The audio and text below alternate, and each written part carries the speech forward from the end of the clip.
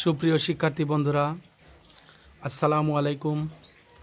আশা করি তোমরা সবাই ভালো আছো। আমি মোহাম্মদ মশিউর রহমান, সহকারী শিক্ষক ইংরেজি, নওপাড়া উচ্চ বিদ্যালয়ের পক্ষ থেকে তোমাদেরকে জানাই আন্তরিক ভালোবাসা ও শুভেচ্ছা। আজকে আমি অষ্টম শ্রেণীর ইংলিশ ফর টুডে বই থেকে ইউনিট 7-এর লেসন 1 পার্টটি পড়ব। তোমরা মনোযোগ দিয়ে তা শুনবে এবং আশা করি তোমরা উপকৃত হবে। পালস, পালস, পালস, মুক্তা, মুক্তা, মুক্তা। So here you will have some keywords. এখানে কিছু মূল শব্দ দেওয়া আছে যেগুলো প্যাসেজের মধ্যে ব্যবহৃত হয়েছে, যেরকম মিথোলজি। মিথোলজি মানে পৌরাণিক কাহিনী, এবং এই শব্দটা নাউন। যদি জিওয়াই শব্দের শেষে থাকে তো ব্যতিক্রম ছাড়া সেটা নাউন। এনশান্ট মানে প্রাচীন, ভেরি ওল্ড। ডিজলভ মানে দ্রবীভূত করা বা তরলীকরণ করা, এটা ভার্বের past participle form. At the same time it also works as adjective. Status noun এবং এটার অর্থ হচ্ছে সামাজিক অবস্থান বা মর্যাদা। আনপ্যারালালড অতুলনীয়, অদ্বিতীয়, অদ্বিতীয়, এটা অ্যাডজেক্টিভ। অ্যাসোসিয়েশন শব্দের শেষে TION থাকলে এটা নাউন। অ্যাসোসিয়েশন মানে সংঘ বা সংগঠন। ডেলিকেট, ডেলিকেট শব্দটি হচ্ছে অ্যাডজেক্টিভ। এর অর্থ হচ্ছে অনুপম, মনোরম, মাধুর্যমণ্ডিত। লুক অ্যাট দ্য পিকচার্স, ছবির দিকে তাকাও। অ্যান্ড ডিসকাস ইন পেয়ার্স, এবং যুগলবদ্ধভাবে আলোচনা করো। ডিসকাস এটা ভার্ব, এর নাউন হচ্ছে ডিসকাশন, আলোচনা। বি, রিড দ্য টেক্সট, টেক্সটটি পড়ো। And answer the questions that follow, এবং এখান থেকে যে প্রশ্নগুলো আছে নিচে সেগুলোর উত্তর দিতে হবে এই প্যাসেজটা পড়ে। থাউজেন্ডস অফ ইয়ার্স অ্যাগো, হাজার হাজার বছর আগে। The first pearl was probably discovered while human beings were searching for food at the seashore. অর্থাৎ হাজার হাজার বছর আগে প্রথম মুক্তা সম্ভবত আবিষ্কৃত হয়েছিল যখন মানুষরা সমুদ্র তটে বা সমুদ্র সৈকতে খাদ্যের অনুসন্ধান করছিল। এখানে প্রবাবলি শব্দটা adverb. Probably means possibly, perhaps, maybe. Throughout history, ইতিহাস জুড়ে। হিস্ট্রি শব্দটা নাউন, অ্যাডজেক্টিভ হচ্ছে হিস্টোরিক এবং হিস্টোরিক্যাল।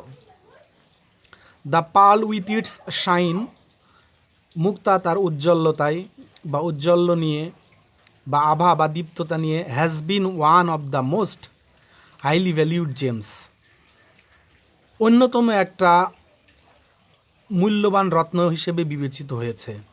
হাইলি ভ্যালুড, ভ্যালু মানে মূল্যায়ন করা, আর হাইলি ভ্যালুড ব্যাপকভাবে মূল্যায়িত।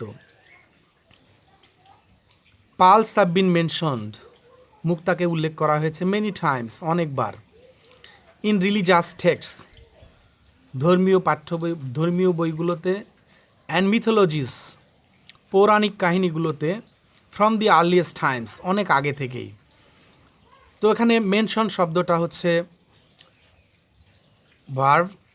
মেনশনকে আমরা নাউন হিসেবেও ব্যবহার করতে পারি, যেমন there is a mention of your name in my notebook, আমার নোটবুকে তোমার নাম উল্লেখ আছে। যদি কোনো শব্দের শেষে OUS থাকে তবে সেই শব্দটি হচ্ছে অ্যাডজেক্টিভ।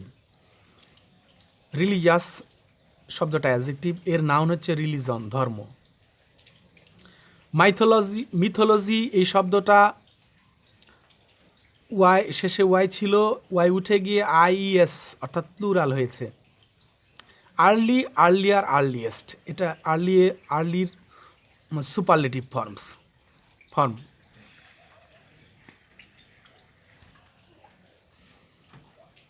দি এনশান্ট ইজিপশিয়ানস, এনশান্ট মানে প্রাচীন, ইজিপশিয়ানস মানে মিশরীয়রা, অর্থাৎ প্রাচীন মিশরীয়রা ভ্যালিউড পার্লস, মুল্লাকে মূল্যায়ন করত, মূল্য দিত, সো মাচ দ্যাট এত বেশি যে they were buried with them, bury মানে সমাধিস্থ করা, কবর দেওয়া, অর্থাৎ যখন তারা মারা যেত তখন তাদের কবরে এই মুক্তাগুলো দেওয়া হতো, তাদেরকে সমাধিস্থ করার সাথে সাথে তাদের সাথে মুক্তা দেওয়া হতো। ইট ইজ সেড দ্যাট, বলা হয়ে থাকে যে the famous queen of Egypt Cleopatra, famous means notable, prominent, eminent, renowned, distinguished, mentionable. তাহলে ইজিপ্ট মানে মিশর, অর্থাৎ মিশরের বিখ্যাত রানী Cleopatra would dissolve a pearl, একটা মুক্তাকে কি করেছিলেন, দ্রবীভূত করেছিলেন বা মিশিয়েছিলেন, তরলীকরণ করিয়েছিলেন ইন এ গ্লাস, অর্থাৎ এক গ্লাস পানির মধ্যে তিনি এটা মিশিয়েছিলেন, অ্যান্ড ড্রিঙ্ক ইট, পান করেছিলেন, as a sign of love and respect, sign মানে কি, নিদর্শন, স্মারক, চিহ্ন। তাহলে লাভ অ্যান্ড রেসপেক্ট মানে ভালোবাসা এবং সম্মান, অর্থাৎ ভালোবাসা এবং সম্মানের নিদর্শন হিসেবে কী করেছিলেন, তিনি এটাকে পান করেছিলেন।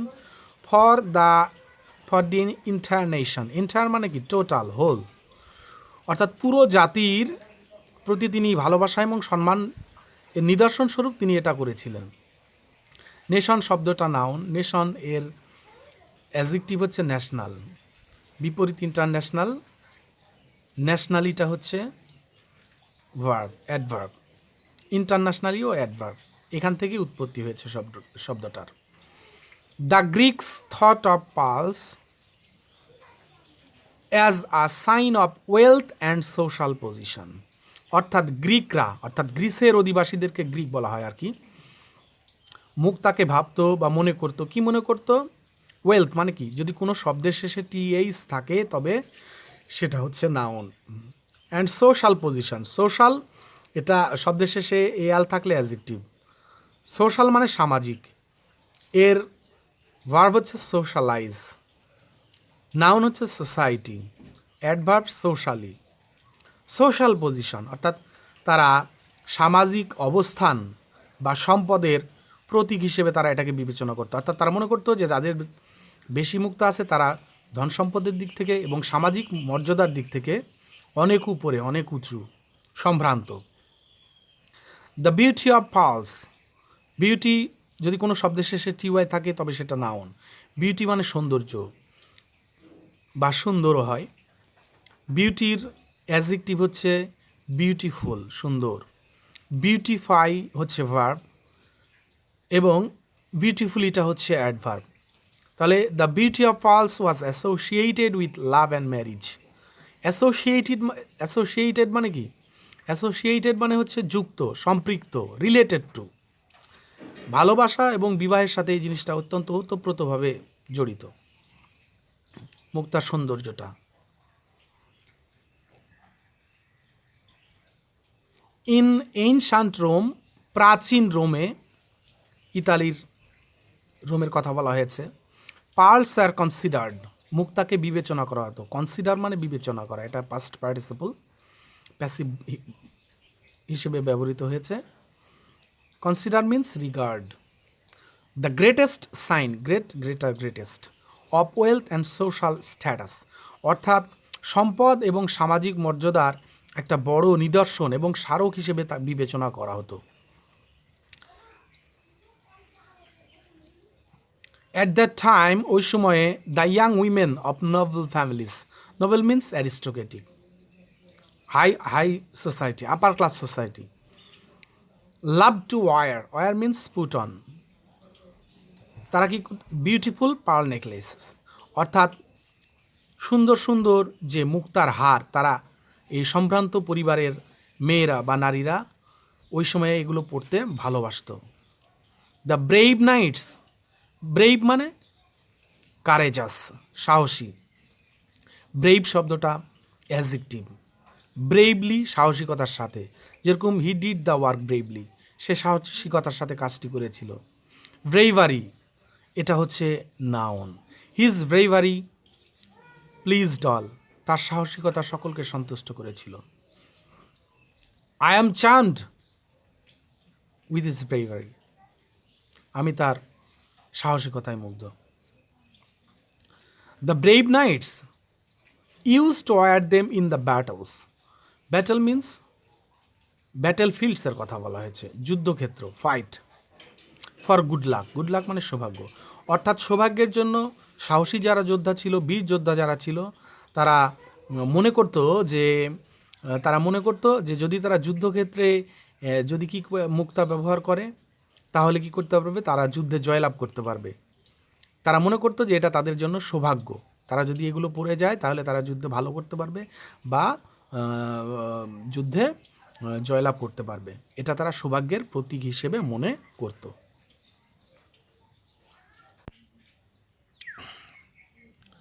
তো প্রিয় শিক্ষার্থী বন্ধুরা, আমি প্যাসেজটা সুন্দর করে অনুবাদ করে দিলাম। তো নিচে কিছু প্রশ্ন আছে ওই প্যাসেজ অবলম্বনে।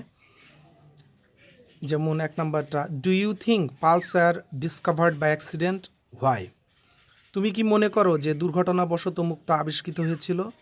যদি সেটা মনে করো, কেন?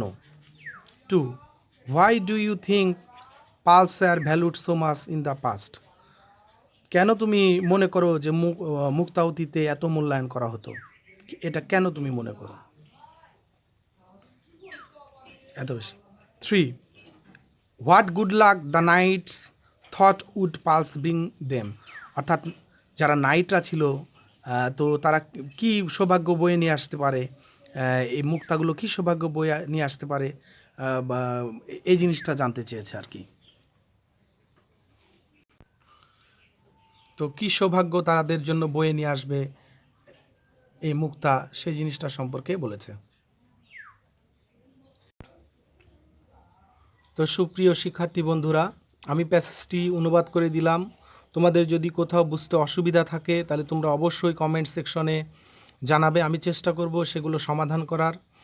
আর ইউনিট 7 লেসন 1-এর উপর ভিত্তি করে এখানে প্যাসেজে ব্যবহৃত কিছু গুরুত্বপূর্ণ ওয়ার্ডস, তাদের প্রোনাউন্সিয়েশন, বাংলা অর্থ এবং সিনোনিমস দেয়া আছে।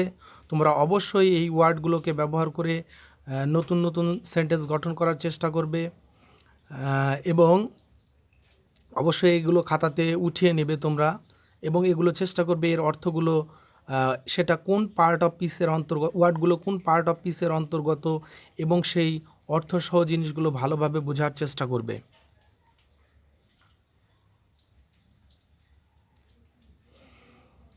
আর আমার ক্লাসটি যদি তোমাদের ভালো লেগে থাকে তাহলে অবশ্যই তোমরা আমার চ্যানেলটি সাবস্ক্রাইব করে রাখবে এবং বেল আইকনটিতে ক্লিক করে রাখবে, তাহলে আমি পরবর্তী ভিডিও দিলে খুব শীঘ্রই তোমরা সেই ভিডিওটি পেয়ে যাবে। তো তোমরা ভালোভাবে মনোযোগ দিয়ে অবশ্যই ক্লাসটি করবে এবং আগামী ক্লাস করার আহ্বান রইল। তোমরা ভালো থেকো, সুস্থ থেকো। আল্লাহ হাফিজ।